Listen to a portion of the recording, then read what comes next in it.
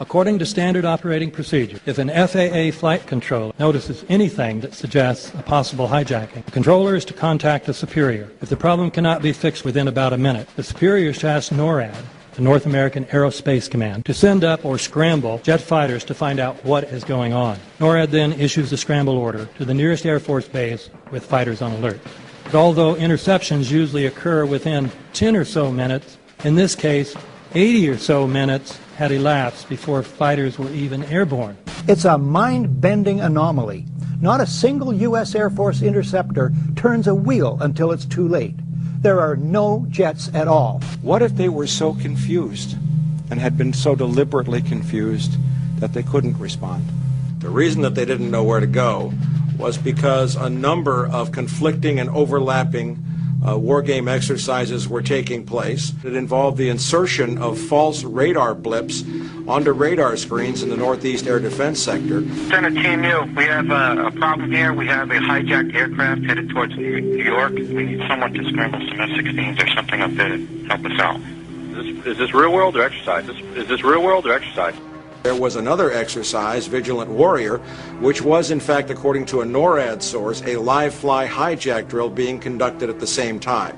With only 8 available fighter aircraft, and they have to be dispatched in pairs, they were dealing with as many as 22 possible hijacks on the day of 9/11, and they couldn't separate the war game exercises from the actual hijacks.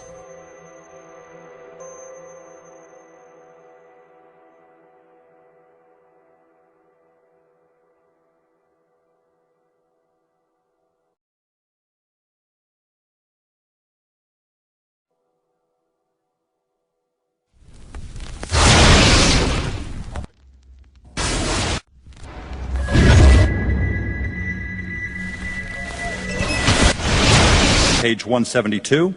The U.S. government has not been able to determine the origin of the money used for the 9/11 attacks. Ultimately, the question is of little practical significance. The American authorities have not managed to trace the source of the funding, and then the most amazingly disingenuous statement, ultimately, is it of little consequence. It is of massive consequence. Doesn't it matter who paid for 9/11? The collapse of Building 7 has been recognized as especially difficult to explain. The 9/11 Commission report implicitly admitted that it could not explain the collapse of this building by not even mentioning it.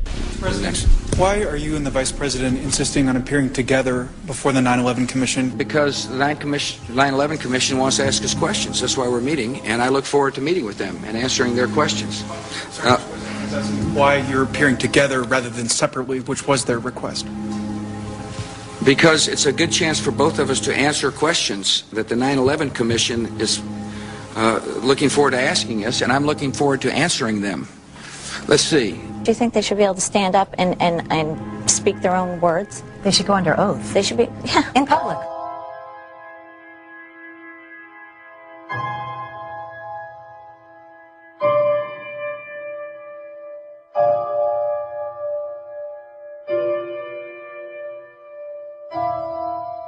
Don't you think that the families deserve to have a transcript or to be able to see what you Adam, said? you asked me that question yesterday. I got the same answer, yeah. The final report was a unanimous report. That means that if there was a single commissioner who had any objection about anything, that fact would be dropped from the report. We have found out that he not only served on the transition team of the Bush administration, that he was a person who wrote a draft memo for the setup of the Bush administration's National Security Council, that he was an individual who wrote the preemptive war strategy that was eventually used for the war in Iraq, that he is a close friend of Condoleezza Rice's. We want him to resign. There is literally nothing in the 9/11 report that the Bush administration did not approve of. We can understand, therefore, why the Commission, under Zelikow's leadership, would have ignored all the evidence that would point to the truth, that 9/11 was a false flag operation intended to authorize the doctrines and funds needed for a new level of imperial mobilization.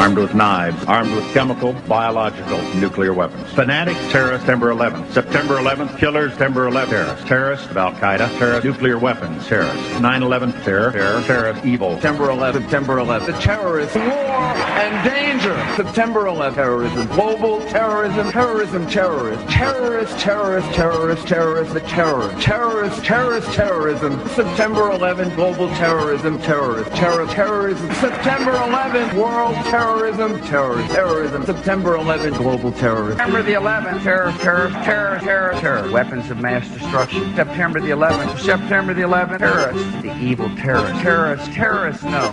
Terrorism. The words are hypnotically repeated. Terrorism, terrorist, terrorist threat, and of course, believed to be linked to Al-Qaeda. But it's the so-called war on terrorism that's in our faces practically 24/7 as the inescapable focus of our existence. One day, our grandchildren will look back on this time and ask, how was the war on terror won? The entire U.S. ruling class, ruling elite, comes to see terrorism as the preferred means, indeed the only means, to provide social cohesion, to provide an enemy image for the society to keep it together. According to neocon theory from Carl Schmitt, you have to have an enemy image in order to have a society. It's a very dangerous thing, because now it means that the entire social order, the political parties, intellectual life, politics in general, all based on a monstrous myth. Monstrous myth.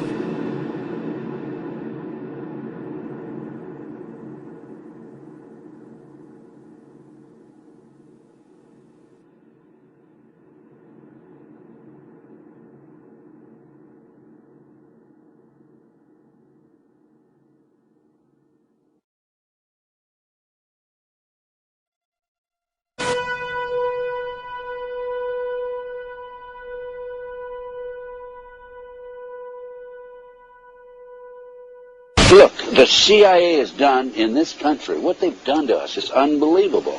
Look at the terrorist acts that have occurred. The CIA behind most, if not all of them. We had the Marine barracks. We had our embassy in Kenya. We had Pan Am 103. We had the USS Cole. We had Oklahoma City. We had the World Trade Center in 1993. That helped the terrorists blow up the World Trade Center the first time. They built the bomb. They got the driver's license.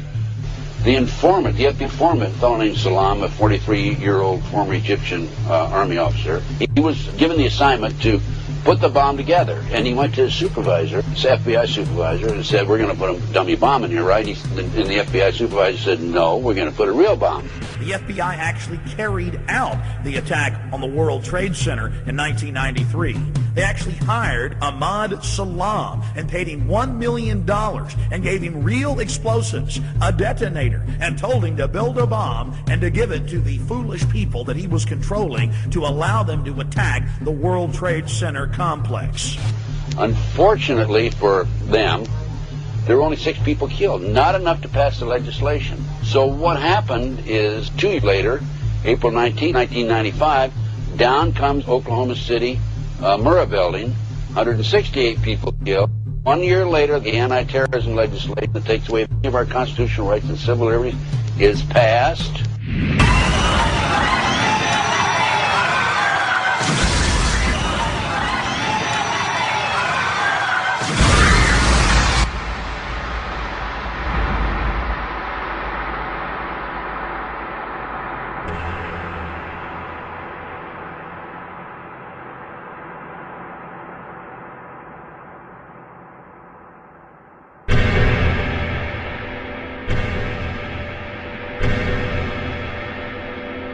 Because at 9:30 this morning, we were actually running an exercise for over a company of 1,000 people in London, based on simultaneous bombs going off precisely at the railway stations that happened this morning.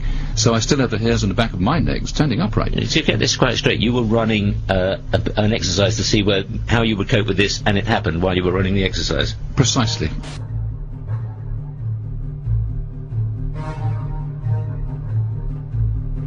Supposed to believe is some kind of coincidence, there was also an anti-terrorist drill going on 7/7. And again, just like 9/11, they were talking about attacks on the same targets, the same kind of tube stations, and exactly the same time. as the actual attack happened, providing some kind of cover for what must be operations orchestrated in some way by the state.